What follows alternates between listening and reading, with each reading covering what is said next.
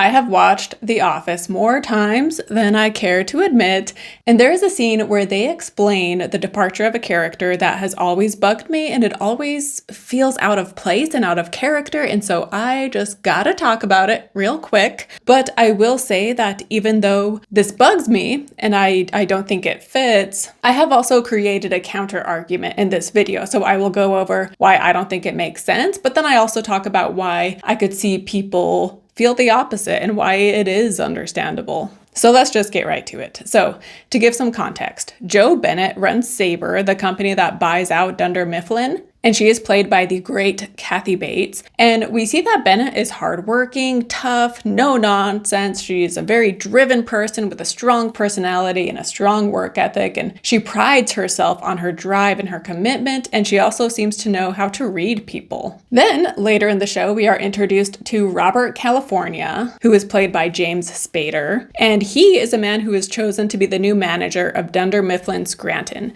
And we see right from the first scene with him that he is intimidating, and he can also read people well, and he is very unnerving and has his own unsettling level of confidence. And then at the start of season 8, we hear that when Robert came to oversee the branch, he turned and walked out because he felt like the position was below him.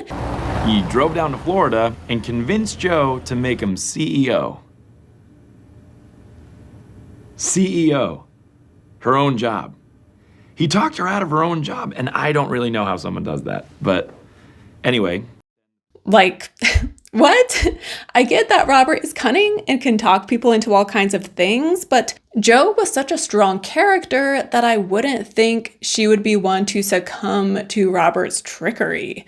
And I get, in reality, Kathy Bates is a busy woman and probably didn't have time to be on the show anymore, and so they had to find a way to write her character out. But come on, come up with a better story than that to get rid of Jo Bennett. I mean, look at Will Ferrell's character.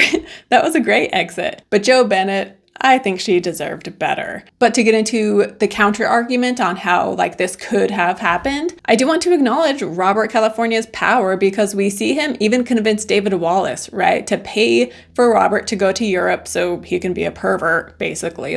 He comes up with some flimsy reason that Wallace buys, even though everybody else in the office can truly see Robert's intentions. And David Wallace is a smart man, right? And yet I am more willing to believe that he would be conned by Robert more so than Jo Bennett. But I also wanted to mention something about Jo Bennett that could give strength to Robert being able to con her, is that Jo tells them that she and Nellie are close friends. But then we meet Nellie, and when we meet and truly get to know Nellie, we see that she is also kind of a con woman in her own right. And she even says at one point, Jo's an old friend. I think I'm her best friend. She's not my best friend.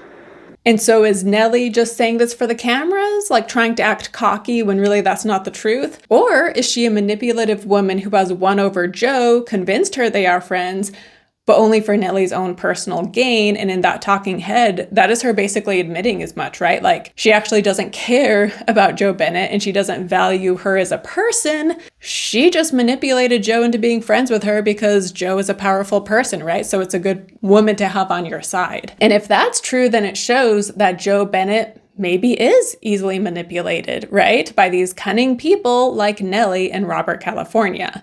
So I can see an argument in support of Robert being able to talk Jo out of her own job, but I still don't love it.